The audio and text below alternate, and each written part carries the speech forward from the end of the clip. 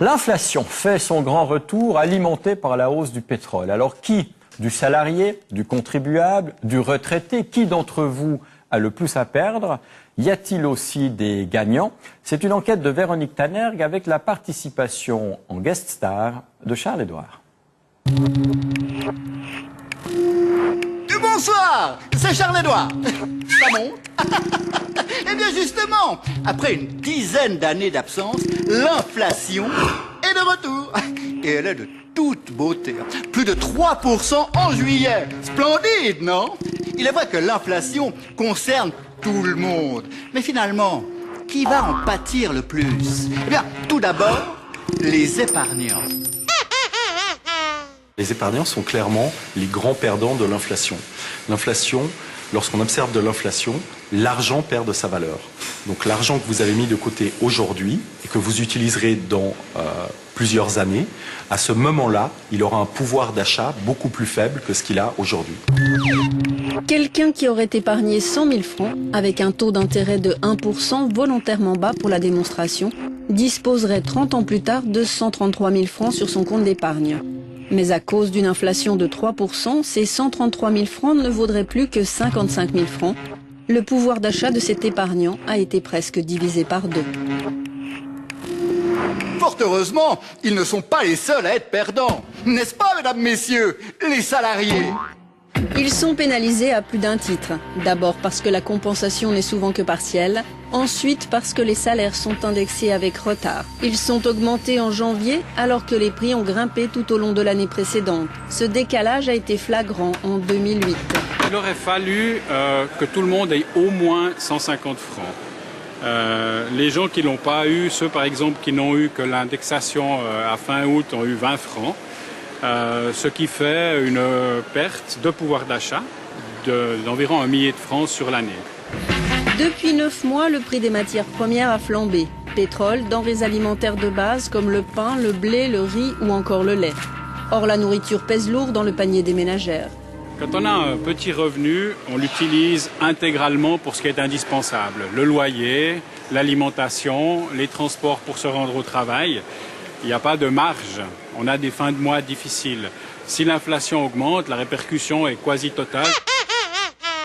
Par les temps qui courent, les tirelires sont vides et elles devront être cassées si la compensation de renchérissement n'est pas intégralement accordée. Et malheureusement, il n'y a pas grand-chose dedans. Et les mauvaises surprises ne sont pas terminées. L'automne nous réserve son lot d'augmentation, primes d'assurance maladie, électricité ou encore loyer. Pour les épargnants, les salariés, nous avons les contribuables, bien sûr. Eh oui, chacun ses problèmes. Il a l'air content, ce petit cochon qui fait office de tirelire, et pour cause, je pense qu'il doit être bien rempli. Selon cet expert, les hausses de salaire sont à double tranchant à cause du phénomène de la progression à froid.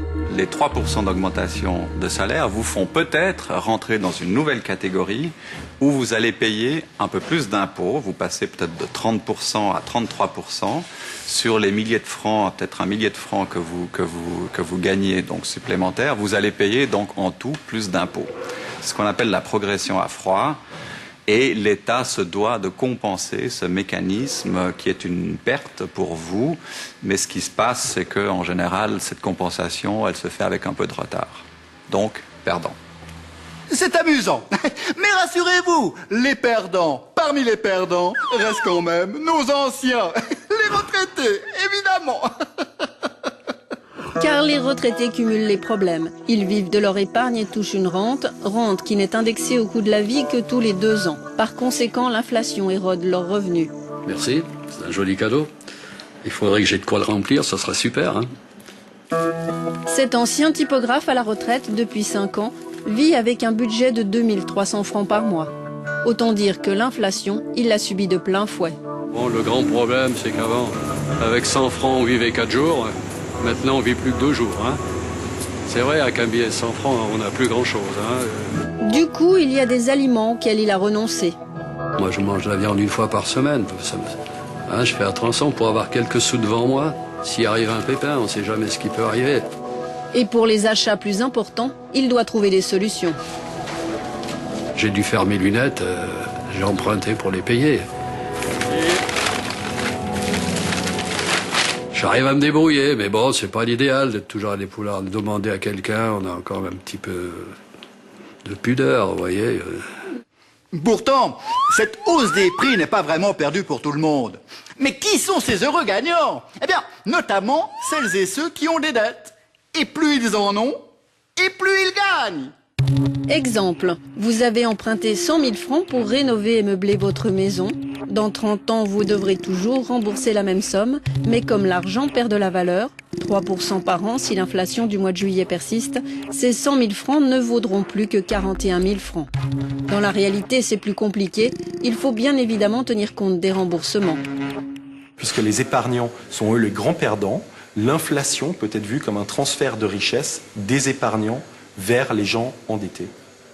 Mais ceux qui touchent le jackpot, ce sont les propriétaires, puisque eux aussi, ils s'endettent fortement pour acheter leur bicoque. Enfin, détenteurs de subprime mis à part.